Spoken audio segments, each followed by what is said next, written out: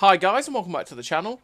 Today I've got two replays in the British Tier 8 Premium Heavy Tank, the Charlemagne. The British Heavy Tank with a French name. Yeah, British Heavy Tank with a French name. Weird, but it is what it is. And it's a tank that I really enjoy. Is it the best heavy tank in the universe? I don't think so, really. I just think it does what it does pretty decently and I just enjoy it. It's not the fastest tank in the universe. It's not got the best shell velocity. Its gun's actually pretty derpy, but it hits hard. And as if you know me, you know that I'm an alpha whore. I really like the slugging tanks, and this tank slugs. To be fair to it though, the dispersions for it while on the move and stuff, as you can see, it doesn't. While it does have a long aim time, it doesn't bloom out that much. So it doesn't actually take that much time to get fully aimed in anyway. It does have the really bad accuracy. I mean, with the vert stabs and stuff, and without a crew, it's like 0.42, which is really bad. But if you do hit the shots, it slugs. And when you're facing tier 9s and 10s, while you might struggle with your armour, and the fact that you've not got the best mobility, so once you get to a position, that's it, right? You can trade pretty well with the 440 alpha damage, which is really solid. And I mean, you got 220 pen on your standard rounds, which is enough to face, well, enough to deal with what you're going to face generally. But you do also have 270 on the premium round, which the premium round is actually really good. Naturally, it puts you up to a shell velocity, which is decent enough at 900 odd. But you can actually pen people really easily with 270 pen, which is definitely nice. Obviously, this tank does have quite a long reload as well, but that goes with the 440 alpha and how much it slaps at this tier. 12.5 seconds is pretty long, but it's pretty good hull down. The turret front, the turret armor, I should say, is pretty solid. The upper plate is actually the weak spot of the tank. It's really weird, this tank with its armor profile, because the turret armor is pretty solid. You're pretty good hull down, although, you know, naturally, if you're going against tier 9 and 10 premium rounds, it's not going to stand up as well. But against tier 7s and 8s, you're going to bounce quite a lot off of it, as long as they don't hit the cupola. But the hull armor is the weird one, because this tank can side scrape pretty decently, which is nice. Something you should definitely use. But the upper plate is the weak spot. The lower plate is the bait, because the lower plate has far more chance of ricocheting shots than the upper plate will. If people shoot the upper plate of this tank with about 230 pen, because naturally, for the upper plate, you actually need about 220 to 230 pen. Once you've got that, above that range, the hull armor on the upper plate becomes really easy to pen for this tank, unfortunately. But if you do be able to shoot that upper plate, that's where you're going to pen it. The lower plate is angled at such an angle that it's actually far better than the upper plate. It's weird. It's just weird how it is. But use that to your advantage. Try and, you know, fake people out by getting them to shoot the lower plate. They'll think, oh, why am I bouncing? It's a weak spot. It's really not. But the big thing that I do like about this tank is just how hard it hits. It is really damn nice in that regard. So in terms of a crew on the Charlemagne, I run a pretty generic crew for a heavy tank. I run Born Leader, Rapid Reload, Sixth Sense, Situational Awareness, Tractic Mechanic, Steady Aim, Snapshot, Run and Gun, Off-Road Driving. All the gun perks to make sure that this gun is as good as it possibly can be, because it is very derpy. Like I say, it's got a long aim time, it's got bad accuracy, but naturally the dispersions are actually pretty decent, so it, like I say, it doesn't bloom out as much, so you don't feel the effects of how bad the accuracy are like you would on, say, a Caliban or something like that.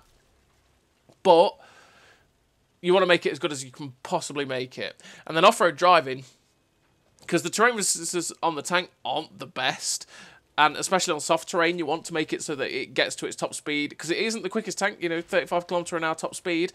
You want to make sure that it does actually hit that top speed, if it can, and just help it in that regard. In terms of equipment, I do run rammer, vert stabs, and optics. Vert stabs, obviously, to make the gun 20% better, because that's just what you want to do. Optics to make the view range better, so you can spot for yourself on lots of different maps, and then rammer to make this awful DPM just that little bit better. And that's why I run that. So, as you've seen in this first replay on this map, which is Fisherman's Bay, we have managed to get 3.2k damage so far with 310 assistance. We made a mistake there going against the IS. I should have just faced him on head on, and he probably would have bounced, but I was trying to bait him to shoot around the corner. I was just exposing my side a little bit too much around the corner, and he managed to tag us through the side armor. It was the only way that IS was going to pen us, because with his 217 pen APCR, it was actually very unlikely to go through us. It was like more like a 50-50 if he was hitting our upper plate to pen. So I could be very aggressive with him, which is what he saw me do. As soon as I saw where he was around that corner, I was like, this guy's going to struggle to pen me, and I just charged him, went straight around the corner. I was like, hello, Mr. IS, I'm a Charlemagne, and I'm here to absolutely slap you up. You think you've got 390 alpha? I've got 440. So slap, slap, slap, and that's what we've done. But now we're just waiting for them to get spotted at the back end. See how slow that shell velocity is on this AP. It does have very bad shell velocity, which helps with the feeling that this gun is exceptionally derpy, right? It has like 590 shell velocity on the AP, which is shocking, which is why a lot of people will fire purely premium, just purely because of not even the pen, just because of the shell velocity. And you really do notice a massive difference between firing the APCR and the AP. But as you see, we're getting some nice shots of these guys.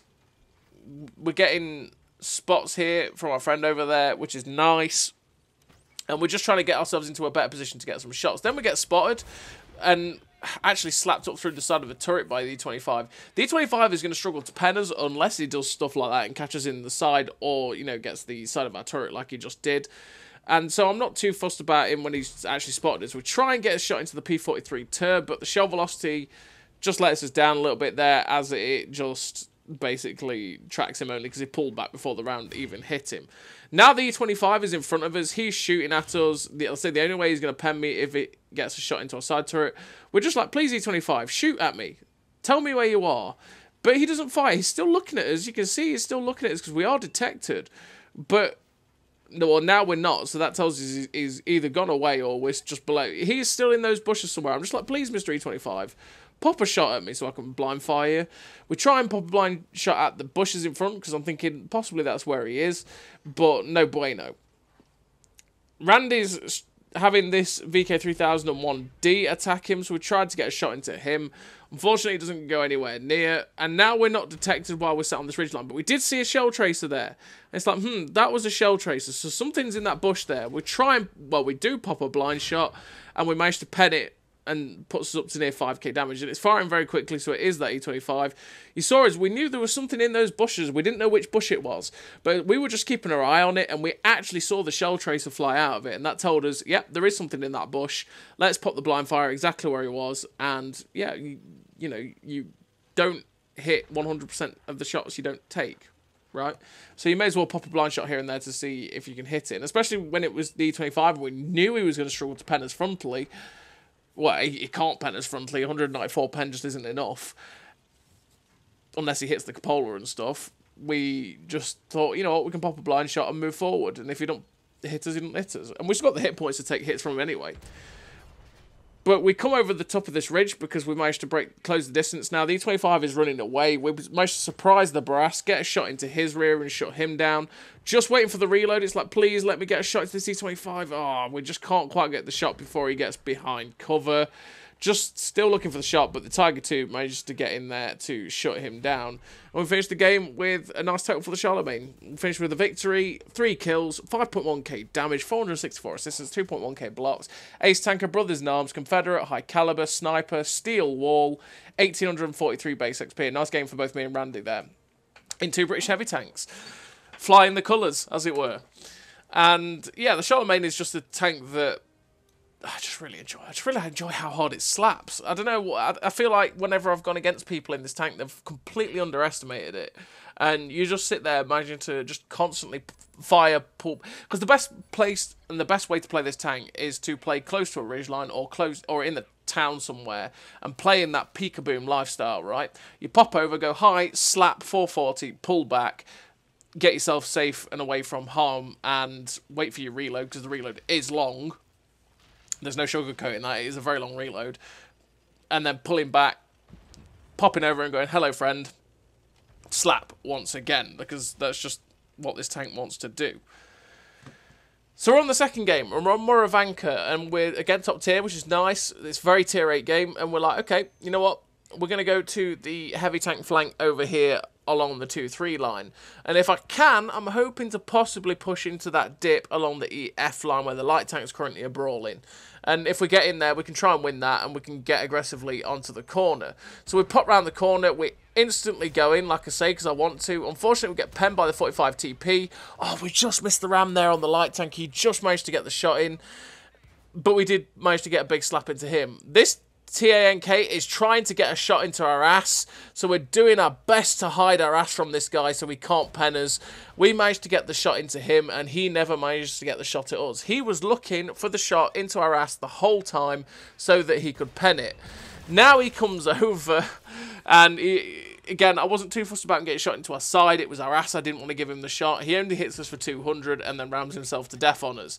Now we're in a position that I wanted to be in, which is we can now get hull down against these guys on this corner. And this is where the Charlemagne will really get some, well, will really feel quite strong, because we're hull down. We aren't exposing too much of our tank. We're just managing to keep popping over, keeping the pace of the engagement. We're pacing the engagement ourselves. We're the ones that are pacing it, because we can now use this ridgeline to pop a shot, pull back, and stay safe. And the only retaliation they're going to get is 1 or 2 shots, and they're going to have to shoot at our turret, because that's the only way they're going to get shot at us. And as you're seeing, we pull forward, slap, pull back, wait for the reload, pull forward, slap, pull back. It's the way that this tank wants to play. We try to finish off the 45 TP at the back there, but unfortunately we do hit his turret front, which we ricochet. We do have to hit the cupola of that guy to pen it. He gets shut down by the STG from behind us. Just looking for a shot now at this IS-6 at the back. It's like, what if we got a shot at him? We actually have a shot at his back end. 442. Like I say, this tank slaps. It's so nice for that. The alpha is fantastic. And it's one of those things, and having it on a 10 degrees of gun depression platform is really nice, because there are tanks obviously at the tier with 440 alphas, stuff like the Defender, and they're just as derpy, and the mobility is fairly similar with armour that's fairly similar in itself, right? But they don't have 10 degrees of gun depression and that ability to just be flexible with a ridgeline. And that's what makes the Charlemagne really comfy for me to play, because you have the ability to have the armour. You know, you don't have as good an upper plate as a Defender, naturally, but you have a better lower plate. You know, it's like a Uno Reverso. But you have the ability to go hull down, and that flexibility with the gun depression, which makes it so that you can play so many different positions and feel comfortable in them. So as we come around this corner, it's like, well, hello, Mr. T-44. I'm so sorry. Goodbye, Mr. T-44. And we shut down the T-44 there, and we're just going to try and poke up on top of this ridgeline now, so we can try and get a shot at this IS-6 or the TD in front of us. We do have a shot from this elevated position at that guy, which we slap straight through his upper plate there. 409. It is weird, because the gun is really derpy with the shell velocity, but when you do hit those shells at distance, it looks really weird, and it also feels really satisfying when you do see that shell just go pen, right? Just like you just did on the IS-6. I don't know, I really like this tank. Finished with the epic victory, 4 kills, 4.9k damage, 308 assistance, decent amount of credits, ace tank of the sniper and the high caliber, 1802 base XP, a really nice game for the Charlemagne. It's a tank that I don't think it's the best tank in the universe, but I just really get on with it. I really like it, and it can be a lot of fun, and it absolutely slaps, which is great. So as always, everybody, thank you very much for watching. I'll see you next time.